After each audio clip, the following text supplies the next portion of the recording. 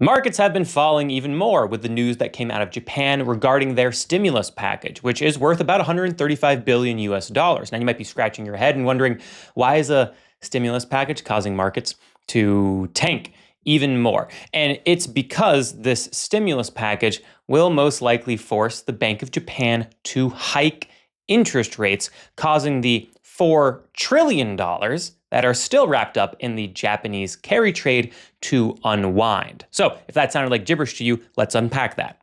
Now, if you are unfamiliar with the Japanese carry trade, or you are familiar with it, but you just didn't quite know exactly how it worked, essentially, it was free to borrow the yen for many years. So you could go and borrow the yen for 0%, and then you could go and invest in US dollar-backed assets and earn something like 4 to 8%. It was a free money glitch, if you will. However, that trade, that 4 to 8% that you would earn on US dollar-backed assets, doesn't become profitable, and your trades get margin called if the value of the yen goes up by like 2 to 4% in a week or 4 to 7% over the course of a month, because it eats away at the 4 to 8% that you were making. So things get margin called, positions get liquidated, and there's been about $4 trillion of global funding that has been funded this way over the past 15 or 20 years or so. So it's a very big financial problem.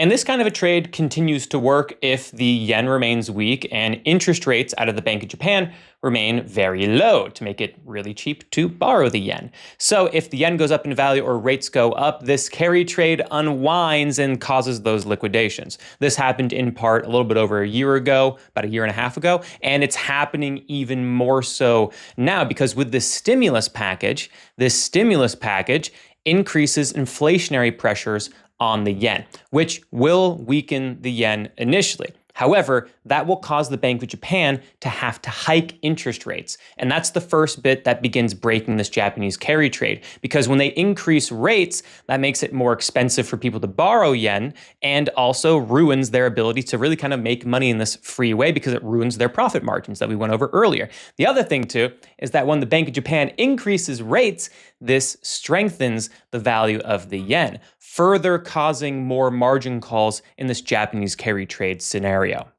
And those liquidations in Japanese markets will cause people to have to sell assets in other markets in order to cover those positions.